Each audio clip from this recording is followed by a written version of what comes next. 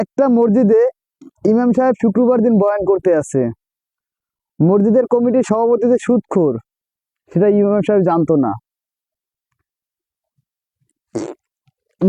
যখন বয়ান করতে আসে, তখন ওই যে সুদখোর, সে কি পরিমাণ যে খেপতে আছে ইমাম সাহেবের উপরে, যদি পারতো তখনই মারতো।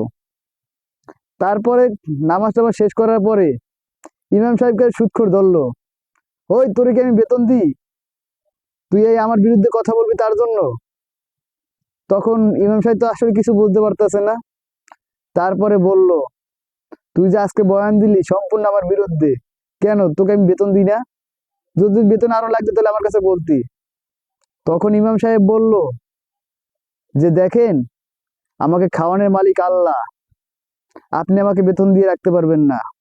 যদি আমার আল্লাহ পাক চায় তাহলে মর্যাদা দিয়ে রাখতে পারে। তা আমি যে বয়ানগুলো করছি, অরিজিনাল সঠিক বয়ান করেছি।